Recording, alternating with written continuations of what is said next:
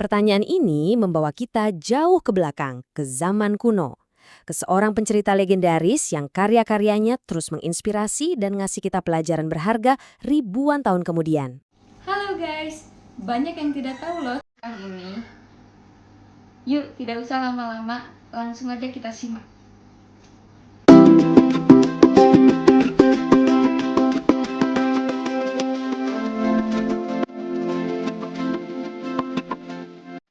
Oke, hari ini kita bakal bahas satu cerita yang kayaknya sih semua orang udah pernah denger. Sebuah dongeng klasik yang terkenal di seluruh dunia. Tapi, seperti cerita-cerita hebat lainnya, selalu ada pelajaran baru yang bisa kita ambil. Yuk kita bedah lagi kisah si kelinci dan kura-kura. Nah, ini dia nih yang bikin ceritanya langsung seru. Kita langsung dihadapkan sama dua karakter yang beda banget. Di satu sisi, ada kelinci, dia ini simbol bakat, kecepatan, tapi sayangnya sombong. Terus di sisi lain ada kura-kura, lambat, tapi dia adalah gambaran sempurna dari kegigihan.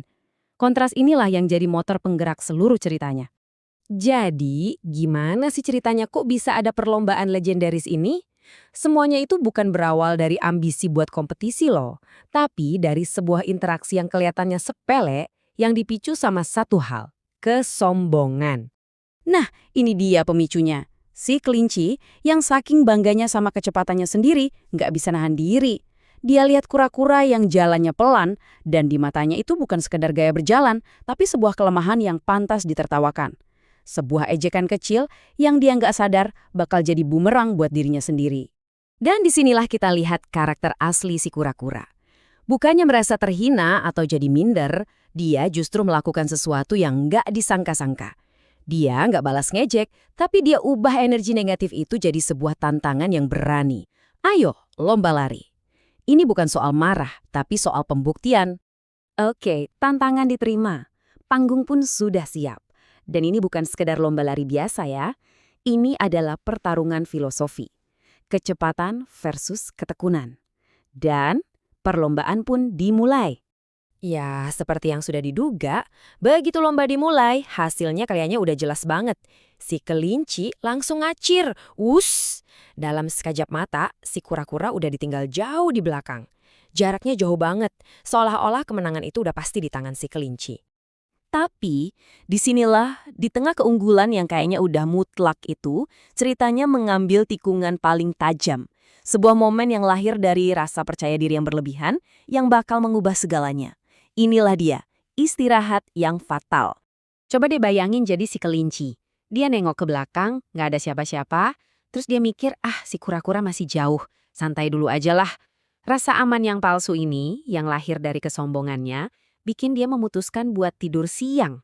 Dia lengah dan inilah titik krusialnya. Dan ini kontras banget kan? Sementara si kelinci yang berbakat itu malah tidur, si kura-kura terus maju. Satu langkah demi satu langkah. Nggak berhenti, nggak ngeluh. Dia mungkin lambat, tapi dia nggak pernah berhenti bergerak menuju tujuannya. Inilah kekuatan konsistensi. Apa yang terjadi selanjutnya adalah momen puncak yang bikin cerita ini jadi abadi. Sebuah hasil yang sama sekali nggak terduga, terutama buat si kelinci yang masih enak-enakan tidur. Inilah saatnya sang pemenang yang tak terduga muncul. Pas si kelinci akhirnya bangun, dia masih santai. Tapi begitu matanya melihat ke arah garis finish, dia kaget bukan main. Lawannya yang lambat itu, yang tadi dia remehkan, ternyata udah dekat banget sama kemenangan. Dan terjadilah hal yang mustahil. Dengan langkah terakhirnya yang mantap, sang kura-kura melintasi garis finish. Dia menang, bukan karena dia cepat, tapi karena dia gigih dan konsisten. Bakat yang luar biasa akhirnya dikalahkan sama usaha yang nggak kenal lelah. Jadi, apa sih pesan moral utama dari dongeng ini? Simple tapi dalam banget.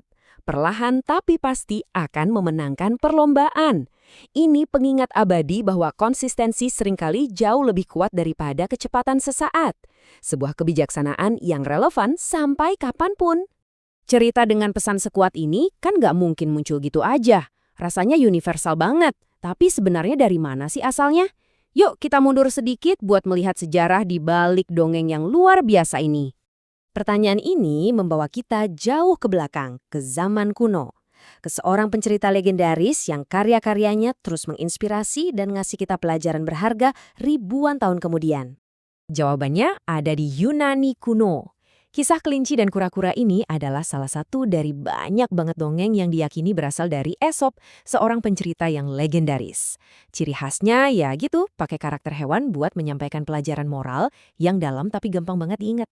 Dan kelinci dan kura-kura ini nggak sendirian loh. Perpustakaan kebijaksanaan Aesop itu isinya banyak banget. Ada kisah semut dan belalang yang ngajarin kita pentingnya persiapan, atau singa dan tikus yang nunjukin kalau kebaikan sekecil apapun itu nggak akan sia-sia.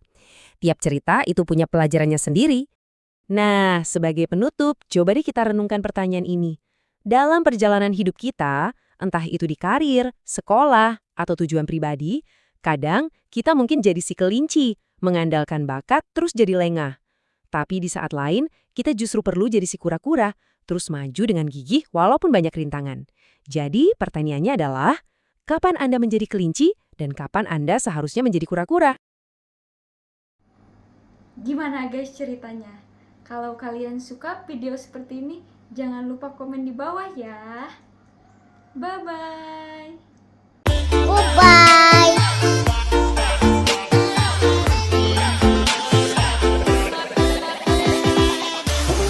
Wait a minute, do I see what I think?